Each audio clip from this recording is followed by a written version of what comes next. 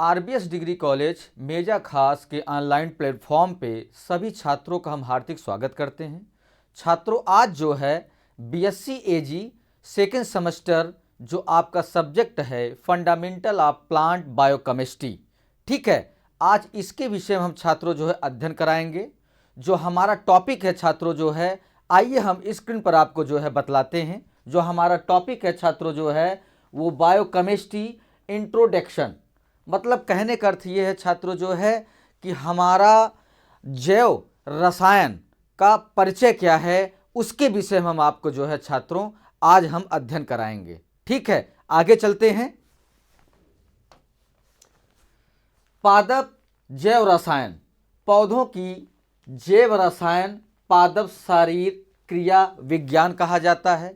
मतलब कहने का अर्थ ये है छात्रों जो है कि जो हमारा पादप जैव रसायन है जो है वो जो है पौधों और जो हमारे जीव जंतु हैं जो उनके शारीरिक क्रियाओं में जो जैव रसायन का जो सहयोग होता है उसके द्वारा जो है वो अपनी क्रिया और प्रतिक्रिया करते हैं जो है, और अपने क्या कहते हैं विकास को, अपने विकास को जो है वो अग्रसर रहते हैं जो है, उसके विषय में जो है हम आपको जो है आज छात्रों जो है परिचय कराएंगे जो है। ठीक है, आइए इसमें जो है पादप जैव रसायन प्रकाश संश्लेषण और अन्य पौधों की विशिष्ट जैव रासायनिक प्रक्रियाओं जैसे स्वपोषी जीवों की जैव रसायन का अध्ययन किया जाता है। इसका मतलब ये है छात्रों जो है कि जो हमारा पादप जैव रसायन है इसके द्वारा जो है हमारा जो क्या कहते हैं पादप मतलब प्लांट जो हमारा है वो प्रकाश संश्लेषण की क्रिया करता है और भोजन को पचाता है, उपचय की क्रिया करता है और विघटन की प्रक्रिया करता है। वो कई जो है जैव रसायन प्रक्रिया से गुजर कर जो है अपने जीवन को या जीवन चक्र को जो है क्या कहते हैं एक तरीके से जो है चलाता रहता है जो है। ठीक है, और वह विकास करता रहता है जो है। ठीक है, आगे जो है पौधे और उच्च का कवक अपने चया उपचय के माध्यम से विभिन्न प्रकार के रासायनिक पदार्थों का उत्पादन करते हैं। ये न केवल पौधों के लिए महत्वपूर्ण है बल्कि पर्यावरण और मनुष्यों द्वारा पुनर्प्राप्ति और उपयोग के लिए भी महत्वपूर्ण होता है। मतलब कहने का अर्थ ये है छात्रों जो है कि पादप जैव रसायन जो है वो हमारे क्या कहते हैं पर्यावरण और मनुष्यों के द्वारा जो हमें प्राप्त होता है प्राकृतिक वातावरण के द्वारा जो है उसके क्रिया के उपापचय के द्वारा जो है हम अपनी प्रक्रिया को धीरे धीरे जैव रसायन के द्वारा जो है करते रहते हैं, जो आगे चलकर जो है हमारी जो भी चीज़ें क्या कहते हैं पादप जैव रसायन में सम्मिलित होती हैं उसके द्वारा जो है हम जैव रसायन की प्रक्रिया को आगे बढ़ाते रहते हैं छात्रों जो है। ठीक है, आगे चलते हैं। पादप जैव रसायन पादप चया उपचय की जैव रासायनिक प्रक्रियाओं से संबंधित है। पौधों की संपूर्ण महत्वपूर्ण प्रक्रियाओं को पादप शरीर क्रिया विज्ञान के रूप में जाना जाता है छात्रों जो है। ठीक है, आगे इसीलिए पादप जैव रसायन की एक शाखा है जो है। ठीक, आगे चलते हैं।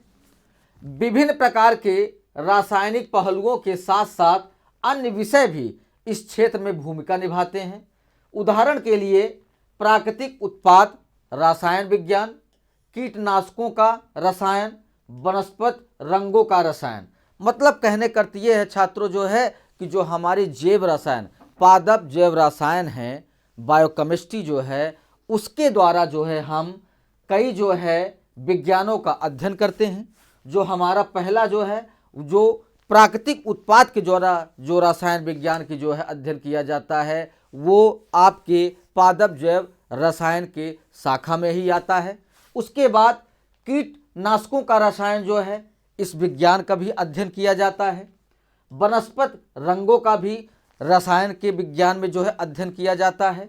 फिर उसके बाद जीव रसायन विज्ञान और जैव रासायनिक ये अंग्रेजी की बायोकेमिस्ट्री रसायन शास्त्र की वह शाखा है जो जीवों के भीतर और उनसे संबंधित रासायनिक प्रक्रियाओं का अध्ययन करती है, जैसे कि पेड़ पौधे और जानवरों और उनके जैविक प्रक्रमों से संबंधित विद्यमान। इसके अंतर्गत जीवित, मतलब कहने का अर्थ ये है छात्रों जो है कि जो हमारा जीव के भीतर और उनसे संबंधित जो रासायनिक प्रक्रियाओं का अध्ययन किया जाता है वो हम बायोकेमिस्ट्री के द्वारा ही जो है संभव हो सकता है छात्रों। ठीक है, आगे चलते हैं। कोशिकाओं में विद्यमान अवयव का संगठन और उनसे घटित होने वाले परिवर्तनों का भी अध्ययन किया जाता है। मतलब कहने का अर्थ ये है छात्रों जो है कि जैव रसायन, पादप जैव रसायन जो है वो कोशिकाओं में जो विद्यमान अवयव होते हैं उसका जो है संगठन करता है और उनसे जो घटित होता है उसे परिवर्तन के द्वारा जो है हमें प्रदर्शित या फिर अध्ययन किया जाता है जो है।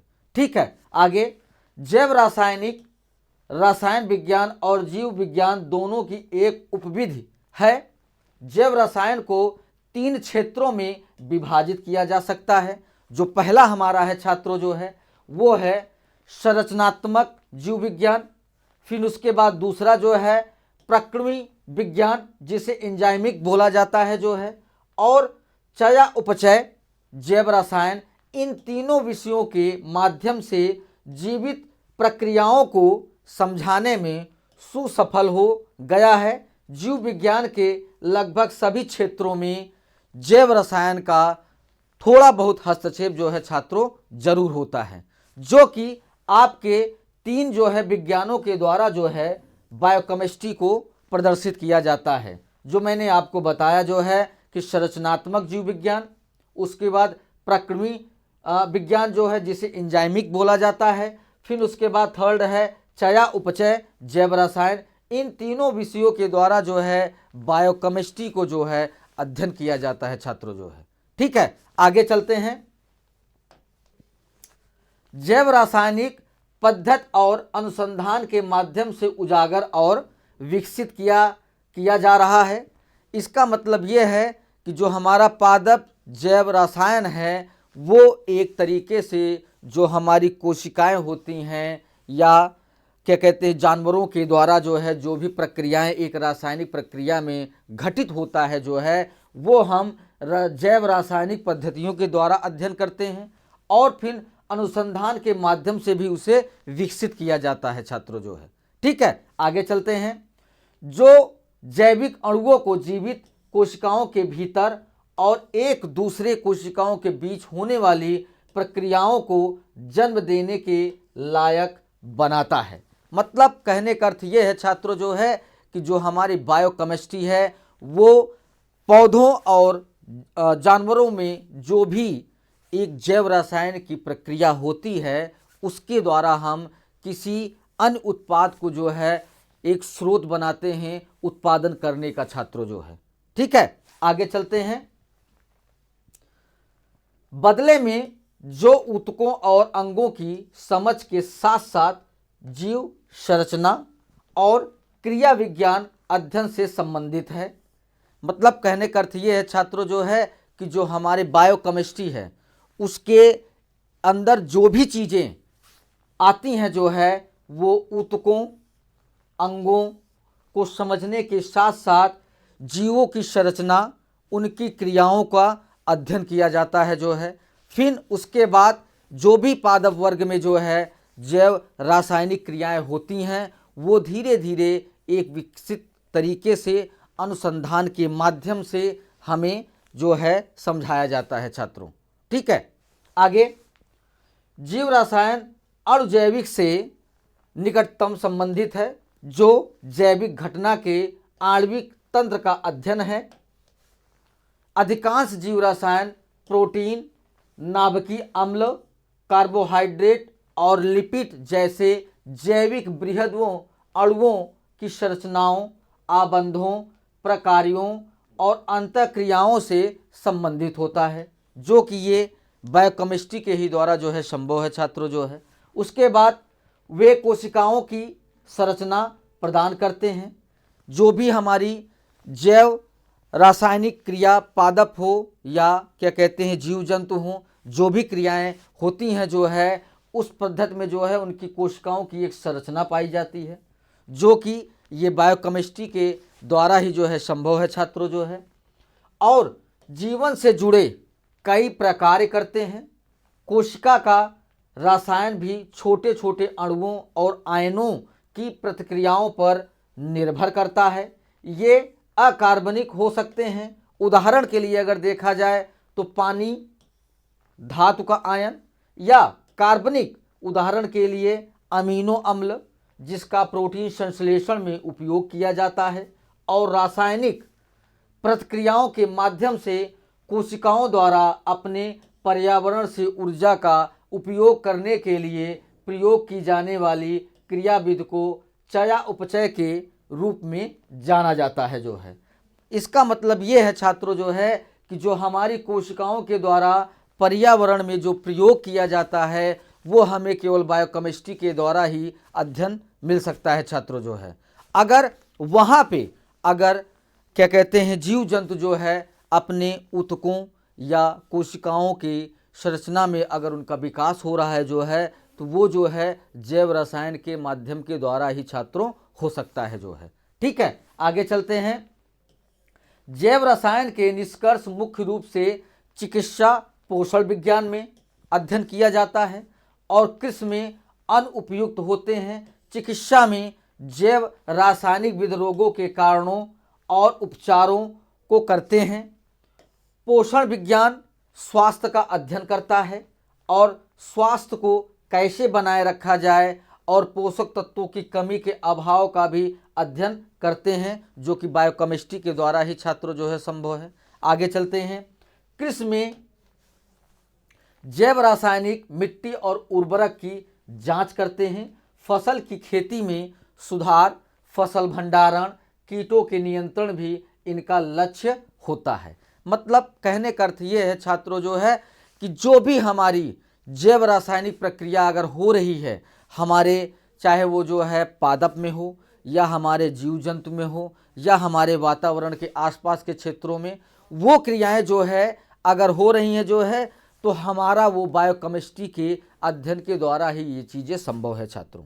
ठीक है, उसके बाद जैव रासायनिक मिट्टी और उर्वरकों की जांच करके जो है आप उनके जो है फसलों की खेती में क्या सुधार होना है वो भी जैव रसायन के द्वारा संभव है। और फसल भंडारण में हमें कैसे अपनी फसल को सुरक्षित रखना है वो भी हमें जैव रसायन के द्वारा ये प्रक्रिया पूरी हो सकती है। और कीटों का नियंत्रण कैसे करना है वो भी हमें जो है पादप जैव रसायन द्वारा जो है संभव हो सकता है छात्रों जो है। ठीक है, यहाँ पे ये टॉपिक छात्रों जो है आपका समाप्त होता है। अगली टॉपिक के साथ हम उपस्थित होंगे। सभी छात्रों को धन्यवाद।